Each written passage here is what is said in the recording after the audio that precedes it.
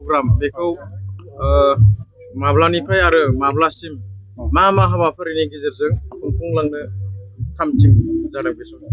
जोंनाथ' आंनि गिबियावनो गासै चेनेलखौ बरायग्रोबाय।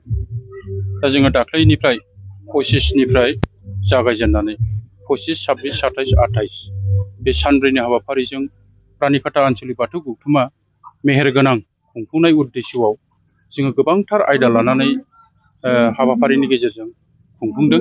जोंहा दिनै थामथि सान। दा जोङो आनसलिक AWC बेखौबो जों रायज्लायखांबाय आरो गोबांथार माइनाव लाइमोनफोरखौ लानानै जोङो रायज्लायखांबाय आरो जोंहा दिनै अपेन सेसनाव जोंहा गोबांथार आलासि फैनो गोनां दं। दा बिथांमोना फैगासिनो दङ। निस्सय जोंनि अपेन सेसननि गेजेरजों जोंनि रानिखाता आनसलिक बाथौ कमिटिनि समग्र बाथौ सिबियारिफोरखौ निस्सय बाहाय मोनसे मोजां बाथौनि परिबेस फैगोन बेखौ आसा थिदों। आरो लोगोसे जोंहा गाबोन समग्र जोंनि बाथौ धोरोमनि जिथु गोथार बाथौ सान, आं नोंथांमोननि चेनेलनि गेजेरजों बेखौनो आपिल खालामनो लुबैदों जाहाथे जोंनि बाथौ सिबियारिफ्रा जेरावखि थाया मानो गाबोन जिहेतु जोंनि बाथौ देब्ला बे बाथौ सानखौ बयखौबो सारा बुहुमावनो बा बाथौ सिबियारिया बेखौ फालिनाया जुक्ति दं आं सान्दों। आरो बे नोंथांमोननि चेनेलजों खावलायहरदों जाहाथे जोंनि खना खनलायाव थाया मानो बाथौ सानखौ बयखौबो फालिनो थाखाय आङो खावलायहरनाय जादों। जों दुलाराय बाथौ गौथुम हिसाबै खोब गोजोननाय मोनदों। बे रानिखाता बिहार दुलाराय बाथौ गौथुमा गुबुन गुबुन बोसोराव खुंबोनाय बायदि देग्लायबो जिहेतु बे खुंनाया 35थि बोसोर जाबोबाय। बे खुंनायाव दिनैहाय सानब्रैनि हाबाफारि लानानै बिथांमोना खुंदों। 25, 26, 27 आरो 28 जानुवारि बेखौ लानानै खुंनाय जादों। दिनै गेवलां मेलमोन। आंखौ गाहाय आलासि हिसाबै हांख्रायहरनाय बायदि आं खोब गोजोननाय मोनदों आरो बेबायदिनो आं फैदों। जिनाखि धोरोमनि बागै सावरायनाय बे खोब मोजां जाफुंसारदों होननानै आं सानदों। मानसिफोरनि जि अनसायनाय, बाथौ धोरोमनि जिनाखि अनसायनाय बेयो खोब मोजां जाथों होननानै आङो खोब गोजोननाय मोनदों। मानो होननानै बुङोब्ला दिनैहाय बर' हारिया बाथौ धोरोम थाबासो बर' हारि थागोन। बाथौ धोरोम गैला बर' हारिया गैला जों बुंनो हायो। मानोना जोङो 8 सिडिउलाव हाबबाय बर' रावा। 8 सिडिउलाव हाबदोंबाबो दिनैहाय क्लासिक लिटारेचारखौ जों बानायनो हायाखै।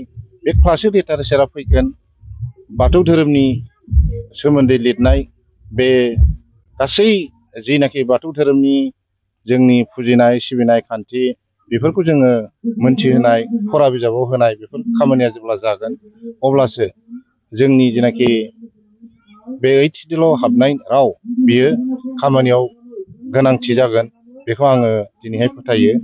आं आसा थिदों जोंनि जेनाखि बाथौ धोरोम बियो बयनिबो हेफाजाब आरो मददजों जाफुंसारगोन, खामानि मावनाया जाफुंसारगोन बेखौ आङो लुगैयो। आरो बेजोंनो आं दिनैहाय खावलायनो सानदों गुबुन बोसोराव फालिनाय बायदि नैथि मंगलबार गोथार बाथौ सान दिनैहाय जोङो स्टेट हलिडे मोनबाय।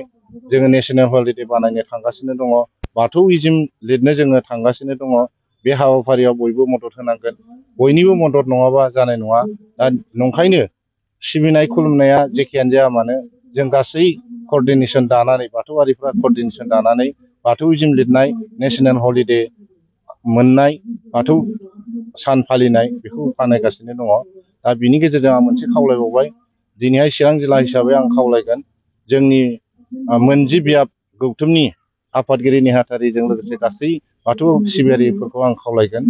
जोंहा गोथार बाथौ साना फैगौ 28 जानुवारियाव जानो गोनां। बे 28 जानुवारियाव जाहाथे फिरफिला बिरहोनायजों लोगोसे गाजा गोमजायै आलारि बाथि सावनानै बा गुबुन गुबुन हाबाफारि लानानै जाहाथे गाजा गोमजायै फालिनानै बे गोथार बाथौ सानखौ जाफुंसार होयो बेखौ आं बयखौबो खावलायनानै बेखिनियावनो गोजोनथोंसै। नुनो मोनोदि माइनाव एबा आइजो आरो गागि सुबुंनि अनगा बाथौनि मोनफ्रोमबो प्रग्रामाव इयुथ्सफोरखौ बारा बाहागो लानाय नुबाङा नुनो मोननाय जायो। दा बे बेलायाव इयुथ्सफोरखौ मा खावलायगोन सोरबा? इयुथ्सफोरखौ नांगौ। दा इयुथ्सफोर नङाब्ला जानाय नङा। जिहेथु दा जाबाय गोनोखो मुगा। बे गोनोखो मुगायाव नों गोरों गोरानि प्रयजन दङ। गोरों गोराफ्रासो जोंनो बे बाथौनि जिनाखि बिहोमा बेखौ होगोन। जों गासै माइनावफ्राथ' बाहागो लागासिनो दङ, अजा बिथांमोनहा बाहागो लागासिनो दङ, रायजोफ्रा सिबिनायाव सिबिगासिनो दङ। थुनलाइनि महर होनांगौआव दा लेखा गोरोंफोरनि प्रयोजन दङ, गोरों गोराफोरनि प्रयोजन दङ। ओंखायनो बे इयुथ लाइमोनफ्रा जाहाथे एकदम गोख्रोङै बाहागो लायो बेखौ आङो खावलायो। नंनाया नंगौ एसे खम जायो, जोंहा दाबो बुजियाखै बाथौ धोरोमनि सोमोन्दै रायलायनायाव बारा थायैनि खारना जाहैबाय मिन्थियाखै। मिन्थियोब्ला जों आरो खोब गोबां इयुथ्सफोरखौ मोननो हागोन आरो दा बुजियैनि थाखायसो बिथांमोना फैनो हायाखै। आसा थिदों इयुथ्सफ्रा जाहाथे एबा लाइमोनफ्रा बाहागो लायो।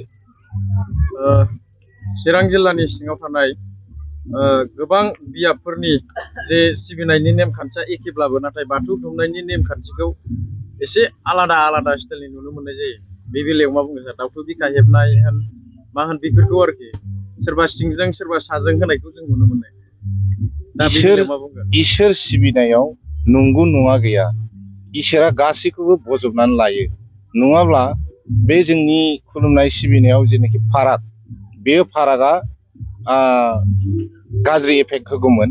नाथायब्ला जों अब्लाबो जिहेथु बाथौ धोरोमनिनो जों सिबियारि, जोङो हुलि खान्थिजों बाथौ सिबिग्रा, जोंनि खुलुमनाय सिबिनाया एखे जायोब्ला मोजां, डिसिप्लिना अब्लासो साबसिनै फैगोन। बे खुलुमनाय सिबिनाय बाथौ दुमनाय बेखौ जों सेमिनार बानायनायनि गेजेरजों, सेमिनार खालामनायनि गेजेरजों, अजाफोरखौ लानायनि गेजेरजों, गोदोनि फुराना मानसिफोरखौ लानानै जोङो सेमिनार खालामगासिनो दङ।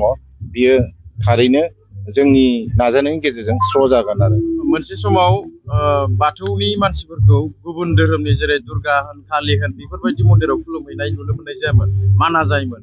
नाथाय नैबे समाव बाथौनि मानसिफ्रा गुबुन धोरोमाव लोब खुलुमहैनायखौ नुनो मोननाय जायो। बे बेलायाव मा बुंगोन सार? खुलुमनाय सिबिनायाव गाव गावनि फोथायनायखौ लानानै खुलुमहैयो। बुजिस'यैयाव बिथांमोना खुलुमदों। जेरै जों बुंदों बेबो जाबाय बामोनफोरनिसो बाथ्रा। बामोनफ्रा ओरैबायदि खायदा खालामनानै बानायखादों मालाय, बे बामोनफोरनि खालामनायखौ जों हमस्लाबनो हाया। बिथांमोना जोंगा मागा खालामबाय, दुर्गानि आखाइखौ जेनेबा मोनजि खालामबाय। मोनजि खालामनाय लोगो लोगो बिथांमोना सानबाय मा दुर्गाया बिराद पावार बारा, जोंनियासो पावार गैया बेबायदि सानदों। बिथांमोनाल' पावारा बुरजा मोनब्ला बिथांमोनखौ सिबिग्रा मानसियाल' थांनानै थागौमोन आरो बिथांमोननि खुलुमनाय सिबिनायाल' थिग बयजोंबो गनायजागौमोन। नाथाय बेबायदि नङा। खुलुमनाय सिबिनाया गासिबनाबो नंगौ। दा बुजिस'यैयाव बिथांमोना थांदों। दा बे थांनायफोरखौनो जोङो बुजिहोनो थाखाय बाथौ धोरोम हिसाबै, दुलाराय बाथौ गौथुम हिसाबै, हुलि खान्थिजों सिबिग्रा हिसाबै जोङो बिथांमोननो जोङो जि मोनथिहोनांगौ, मोनथिहोनायनि गेजेरजों जों बिथांमोनखौ लाखिनायनि बेब'स्थाखौ लागोन। अब्लानो गुबुन धोरोम सिबिनाय खान्थिया जोबस्रांहैगोन।